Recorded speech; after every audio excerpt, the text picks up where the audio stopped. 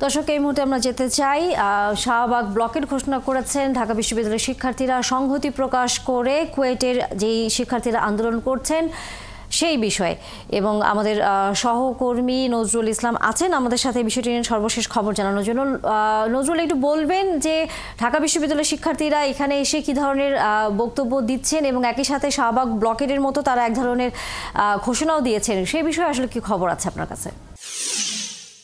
যেমনটি বলেছিলাম আগের সংবাদ সংযোগগুলোতে, যে সকাল থেকেই কিন্তু ঢাকা বিশ্ববিদ্যালয়ের বিভিন্ন ছাত্র সংগঠন এবং ছাত্র সংগঠনগুলো কিন্তু কুয়েটের বিশ্ববিদ্যালয়ের যে ভিসির অপসারণ এবং পদত্যাগের দাবিতে সংহতি প্রকাশ করে আসছে। তারই ধারাবাহিকতায় বিকেল ৩টায় সম্মিলিত বিশ্ববিদ্যালয় ব্যানারের শিক্ষার্থীরা এই কিছুক্ষণ আগে একটি বিক্ষোভ মিছিল করেছে। সেটি টিএসসি থেকে শুরু করে ভিসি চত্বরে গিয়ে শেষ হয়। সেই মিছিল থেকে তারা আজ রাত ঠিক 9:30টায় শাহবাগ ব্লকেট কর্মসূচি ঘোষণা করে এবং তারা বলছে যে আজকে বিকেলেই তাদের ব্লকেট কর্মসূচি করার কথা ছিল, কিন্তু জনদুর্ভোগ এবং ট্রাফিক এবং যানজট ঠেকাতে তারা এই কর্মসূচি প্রত্যাহার করেছে। এবং আগামীকাল কিংবা সামনের দিনগুলোর মধ্যে এই দাবি যদি মেনে নেওয়া না হয়, তাহলে এই সম্মিলিত শিক্ষার্থীরা রয়েছে তারা তাদের এই ব্লকেট।